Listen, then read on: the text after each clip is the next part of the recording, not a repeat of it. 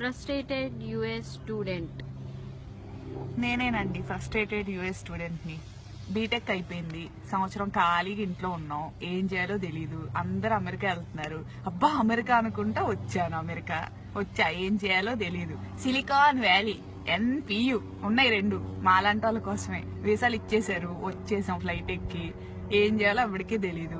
ఇక్కడికి వచ్చేసరికి అందరు పొద్దున్నే పాష్గా బ్యాగులు వేసుకోవటం, హుడ్డీలు వేసుకోవటం, షూలు వేసుకోవడం, ఎక్కడికో వెళ్తున్నారు. అబ్బో అందరు కష్టపడిపోతున్నారు అనుకున్నా.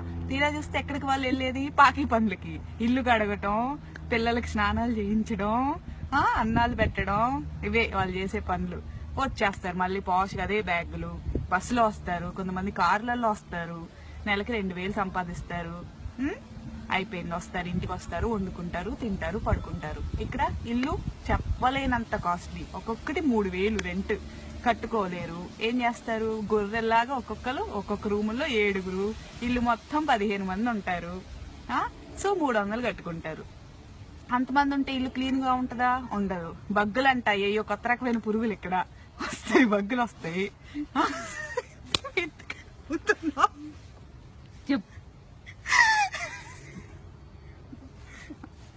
బగ్గులు ఉంటాయి, ఏయో ఎంత పురుగులు అవి కొడతాయి. కొడితే డాట్లు ఉంటాయి అనమాట. కొడతాయండి, డాట్లు వస్తాయి అంటే ఏవో 2 వచ్చిన కొత్తలో తెలిసింది. రెక్స్ఫోర్డ్ అని అక్కడ ఉన్నాం, ఏవో కుట్ని ఏమైందా అని చూసుకుంటే ఏవో ఇక్కడ 2 ఉన్నాయి అన్నమాట. చూస్తే ఏంటంటే బక్స్ అన్నారు. బక్స్ ఏంటా అని గూగుల్ చేసా, మనకు తెలియదు కదా. చూస్తే కనపడ్డాయి, ఏదో ఎంత పురుగు ఎంత ఉంది. నల్లులు అంట, ఇండియాలో నల్లులు అంటారంట వాటిని. అవే కుట్ని అంట, నన్ను నాకు తెలీదు. సరే అయిపోయింది, వదిలేసా. తెల్లారేసరికి ఒళ్ళు మొత్తం కుట్టిపెట్టిని, అయిపోయింది, రక్తం పీల్చేసినాయి. ట్రీట్మెంట్ అంటారు. తర్వాత బగ్గులు వస్తే ఊరుకుంటారా? వీళ్ళు ఊరుకోరు. ఏదో ఇన్స్పెక్షన్లు అంటారు, ఇక్కడ ఇన్స్పెక్షన్లు అంట వస్తారు. వాళ్ళ ఇన్స్పెక్షన్ అంటే ఎంతమంది ఉండాలి ఇంట్లో?